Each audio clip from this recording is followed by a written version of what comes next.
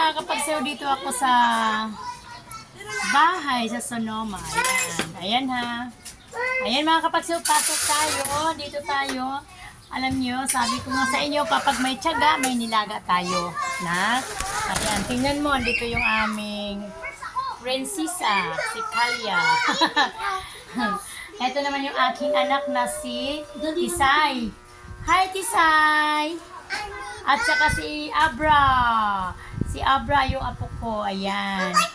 Ayan, medyo madilim. Kaya dito lang muna kami. Aakit ako sa taas. Someday, dito ako titira. Dahil napagod na si Aling Beth. Dito ako titira. Ito yung bahay ko sa Sonoma. Ito. Ayan.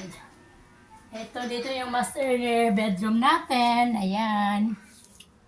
Ayan. Medyo mainit yung singaw. Medyo mainit yung ano, kaya hindi masyadong makita. Medyo maliwanag kasi reflect light. Nagre-reflect. Ayan mga kapaksiw dito. Ayan. Ayan si Ate Beth. Magsalamin. Kaya pagdating ng panahon, dito na po ako maninirahan.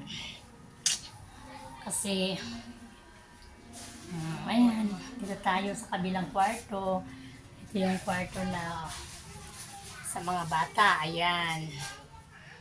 Ayan. Kahit pa paano, sabi nga, mahirap magpundar, pero kailangan, pagdating ng panahon, maaayos din natin to ang lahat. Pababa na si Ate Beth.